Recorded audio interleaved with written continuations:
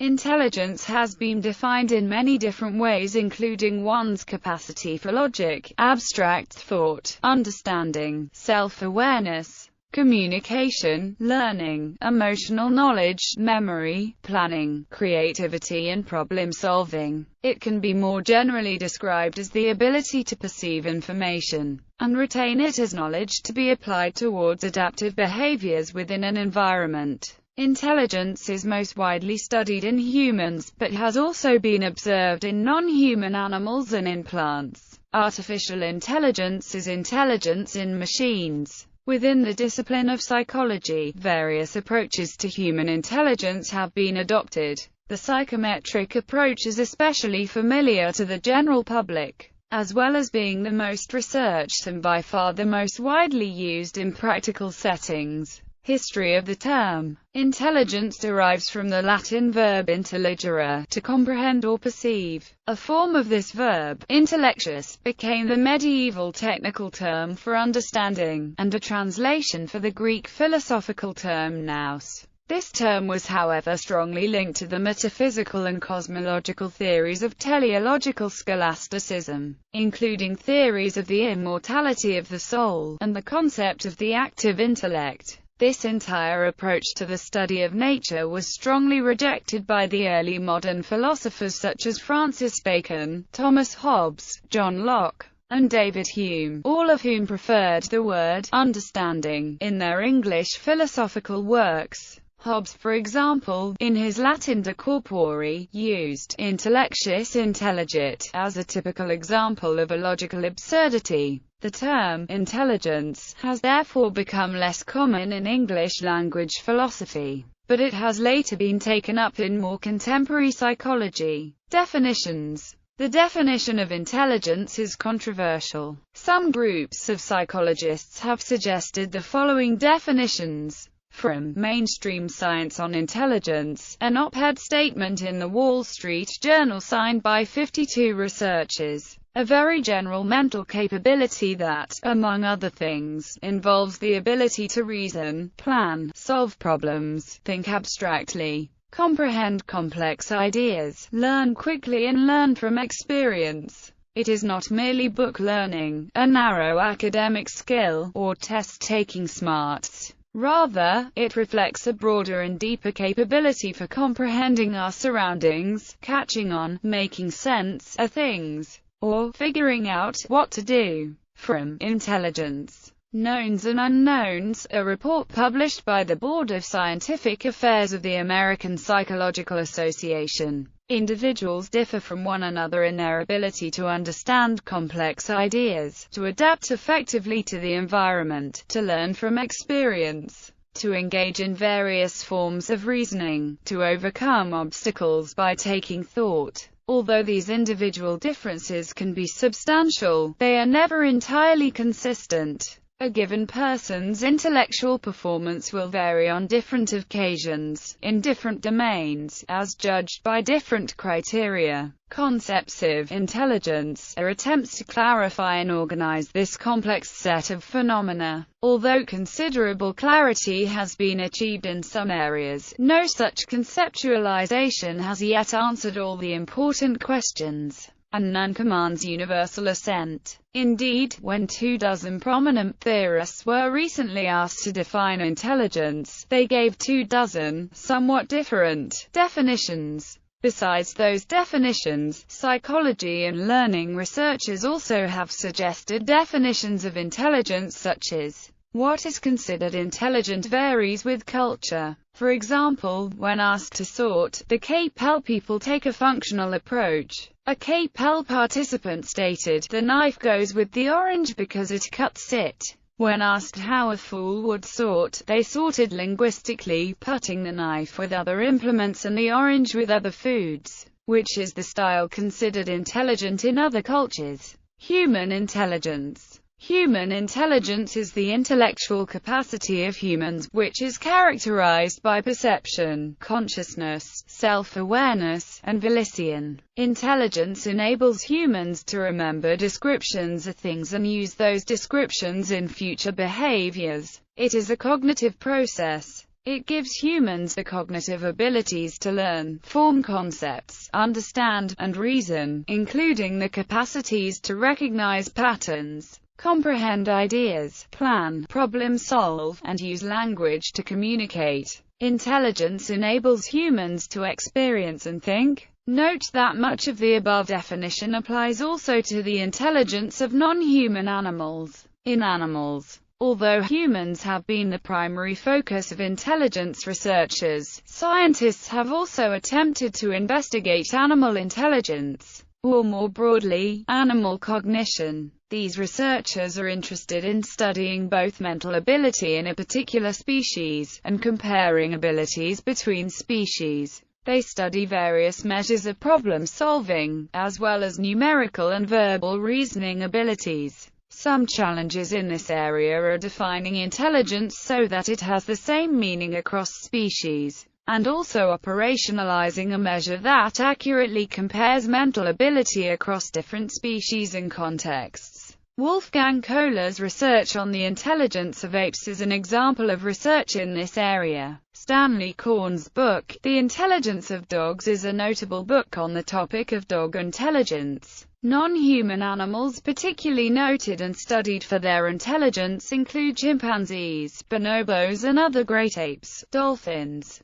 elephants and to some extent parrots, rats and ravens. Cephalopod intelligence also provides important comparative study. Cephalopods appear to exhibit characteristics of significant intelligence, yet their nervous systems differ radically from those of backboned animals. Vertebrates such as mammals, birds, reptiles and fish have shown a fairly high degree of intellect that varies according to each species. The same is true with arthropods. G-factor in non-humans. Evidence of a general factor of intelligence has been observed in non-human animals. The general factor of intelligence, or G-factor, is a psychometric construct that summarizes the correlations observed between an individual's scores on a wide range of cognitive abilities. First described in humans, the G-factor has since been identified in a number of non-human species. Cognitive ability and intelligence cannot be measured using the same, largely verbally dependent, scales developed for humans. Instead, intelligence is measured using a variety of interactive and observational tools focusing on innovation, habit reversal, social learning, and responses to novelty.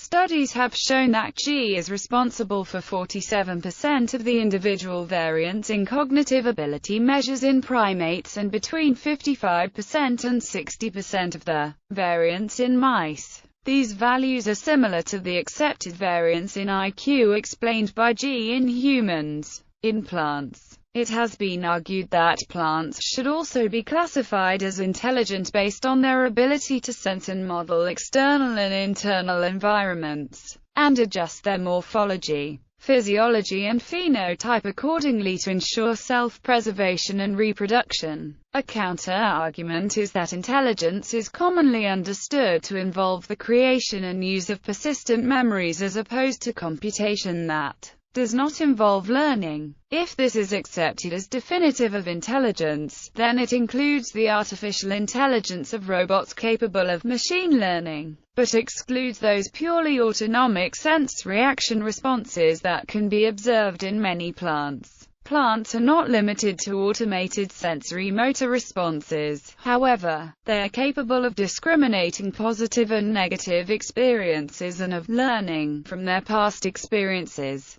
They are also capable of communication, accurately computing their circumstances, using sophisticated cost-benefit analysis and taking tightly controlled actions to mitigate and control the diverse environmental stressor. Artificial intelligence. Artificial intelligence is both the intelligence of machines and the branch of computer science which aims to create it through the study and design of intelligent agents, or rational agents, where an intelligent agent is a system that perceives its environment and takes actions which maximize its chances of success. Achievements in artificial intelligence include constrained and well-defined problems such as games, crossword solving and optical character recognition, and a few more general problems such as autonomous cars. General intelligence or strong AI has not yet been achieved and is a long-term goal of AI research. Among the traits that researchers hope machines will exhibit are reasoning, knowledge, planning, learning, communication, perception, and the ability to move and to manipulate objects. In the field of artificial intelligence, there is no consensus on how closely the brain should be simulated. A theory of hierarchical learning mechanisms, named practopoiesis, may be able to provide a conceptual bridge between biological and artificial intelligence. Culture's influence on intelligence. Intelligence and culture are two very distinct terms. Intelligence can be defined as a person's cognitive abilities to learn. It is also associated with school performance, IQ, logic, abstract thought, self-awareness, emotional knowledge, memory, planning, creativity, and problem-solving. Culture can be defined as a way of life that influences our views, experiences, and engagement with our lives and the world around us. It is shaped by the political, social, and environmental contexts in which we live. Together these form part of the socio-cultural theory, coined by Lev Vygotsky. The socio-cultural theory investigates how social factors influence cognition and development, and how social and cultural practices shape and define thought. More specifically, culture shapes intelligence. However, research shows that there is not one culture that has more intellect than the other. Intelligence and culture is most widely studied in humans. There are not any known studies that examine the culture and intelligence of non-human or plant life in the same way. These are psychological terms that are most easily identified in humans. The socio-cultural theory closely relates to intelligence and culture. Lev Vygotsky was the first researcher to define the socio-cultural theory. He distinctly defines this as the zone of proximal development. Older people provide scaffolding, or tools that help children improve their cognitive abilities. Intelligence plays a key role in predicting our abilities and future. Alfred Binet set up intelligence test. When we combine the ideas of intelligence and culture, culture has one of the biggest impacts on cognitive development. That is, different cultures will define intelligence differently than other cultures. Therefore, what one country considers a smart child, another country may not consider a smart child, which is the fundamental concept of successful intelligence. Successful intelligence incorporates the socio-cultural environment and people's ability to be successful in the environment and in their personal standards. Different cultures value different things and have different experiences. This will greatly influence what they need to succeed in their world. Sternberg discusses a study where they tested children in a village in Kenya on their knowledge of natural herbal medicine. Many in this area of Kenya do not have westernized schooling or strive for a westernized education. Therefore, Sternberg found that they had great knowledge of their herbal medicines, but they scored lower on vocabulary tests. They also discuss how Western children may have knowledge of the herbal medicines, but it would not be as extensive as the Kenyan children's knowledge. This demonstrates different forms of intelligence in different contexts. One is not better than the other, and the type of knowledge that these children have is beneficial for their environment. Intelligence is moldable by culture. When we combine intelligence and the socio-cultural influence, we see that culture has a significant impact on cognitive development and thus school and learning. Siegler and Ali Bali gave examples of this from other studies where they found that children of different cultures spend their time participating in different activities. For example, the Korean and American children spent less of their time in formal and informal lessons and work than those in Russia and Estonia. In addition, the book continues to discuss cultural norms influence child development and their abilities to perform certain tasks. This can also apply to intelligence in a school and learning context if culture is truly influential. Stevenson and colleagues' study supports this assumption. They examined Japanese, Taiwanese, and American mothers' different values and beliefs about their children's education. The children took reading and mathematical tests, and the United States children performed worse than the Taiwanese and Japanese children. Researchers found that the mothers' attitudes about school influenced achievement. For example, the Asian mothers were more likely to help them with their homework. Therefore, definitions and the value of intelligence can be different across cultures. Several other studies explore and define the relation between intelligence and culture. The first study by Greenfield and Quiroz explored the differences between Latino immigrant parents and European American parents. More specifically, they examined how the different culture valued personal achievement for their children. Their research found that Latino families had more familistic values, family before outsiders, whereas European Americans had more individualistic values. The interviews consisted of conflict scenarios about family reactions, school performance, and the importance of family. There were 74% of Latino parents that believed the child should be able to leave school to care for his brother at home, and only 31% of European American parents believed this. These results imply that there are differences in values of family life and culture that influence children's view on education and thus intelligence. The second study, conducted by Brooks Gunn and colleagues, looked at IQ score difference among black and white children in their home environment, birth weight, and financial situation. The main point was that maternal education influences this difference. People in poverty are less likely to have a degree from higher education. The children will only learn from their environment and interactions with people in their neighborhood and family members.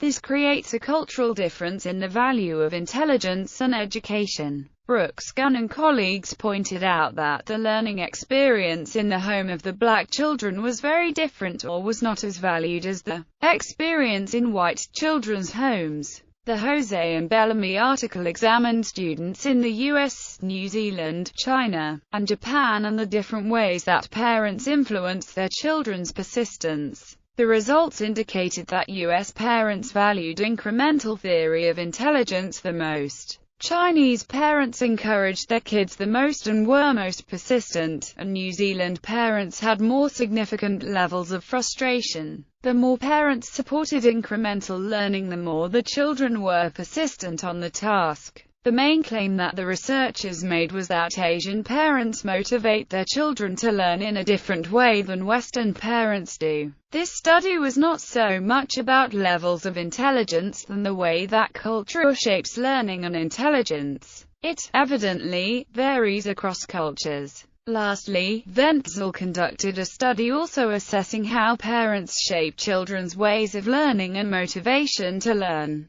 Parents and culture had an influence on children's value of intelligence and learning and motivation. The main idea was that parents set their expectations for their children through their confidence in them, the nature of children's intelligence, and achievement-related values. Researchers cannot particularly assign intelligence to one culture over another. Additionally, the studies imply that socioculture plays one of the biggest roles in school achievement, educational motivation, learning abilities, and thus intelligence. That is, these children value what their parents, community, or culture values. This also shapes the way that they learn, the way that they approach problems, and how they value learning and certain educational skills. The main findings are that the way children learn, and thus their intelligence, is shaped by their culture and environment. Bibliography: Brooks, Gunn, J., Klebanov, K., and Duncan, J. Ethnic differences in children's intelligence test scores. Role of economic deprivation, home environment, and maternal characteristics.